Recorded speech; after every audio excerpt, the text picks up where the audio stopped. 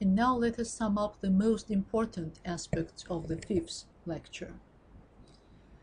We discussed the problem of dominant synonymy and said that all, or at least most synonymic groups have a central word whose meaning is equal to the denotation common to all the synonymic group. This word is called the dominant synonym. For example, to surprise, to astonish, to amaze, to astound, to surprise is dominant synonym. Angry, furious, enraged. Angry is a dominant synonym in this synonymic paradigm.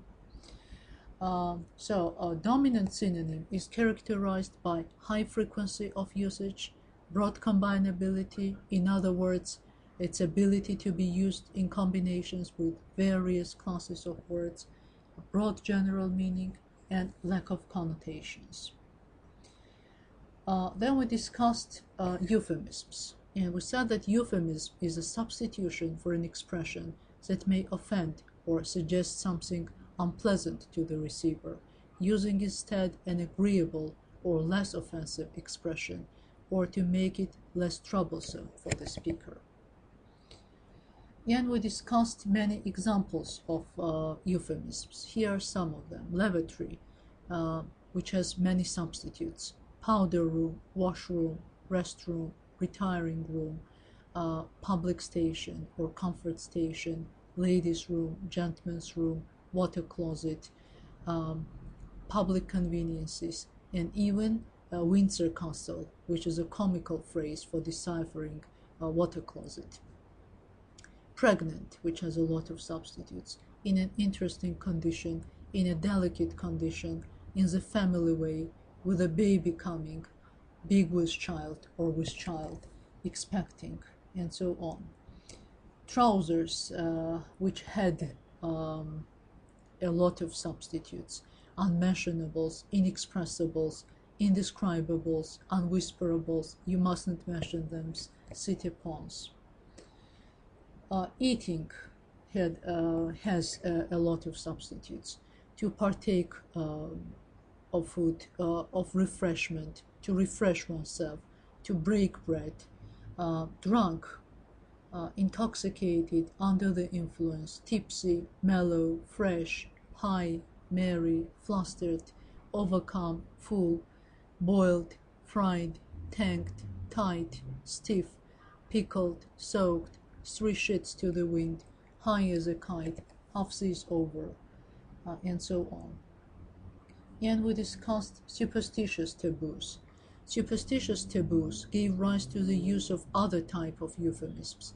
The reluctance to call things by their proper names is also typical of this type of euphemisms, but this time it is based on a deeply rooted subconscious fear. For example, the word devil has such kind of substitutes. Prince of Darkness, the Black One, the Evil One, Dickens, Deuce, Old Nick, and so on. Or the verb to die, yes, to pass away, to be taken, to breathe one's last, to depart this life, to close one's eyes, to yield or to give up the ghost, to go the way of all flesh, to go west, to kick off, to check out, to kick the bucket, to take a ride, to hop the twig, to join the majority. All the above examples show that euphemisms are substitutes for their synonyms. Their use and very existence are caused either by social conventions or by certain psychological factors. Most of them have stylistic connotations in their semantic structures. So one can also assume that there is a special euphemistic connotation that can be singled out in the semantic structure of each such word. Let us point out too that euphemistic connotations in formal euphemisms are different in flavor from those in slang euphemistic substitutes. In the first case, they are solemn and delicately evasive, and in the second, rough and somewhat cynical, reflecting an attempt to laugh off an unpleasant fact. And finally, we discussed the problem of antonymy, and we said that an antonym is a word that has the opposite meaning of another word.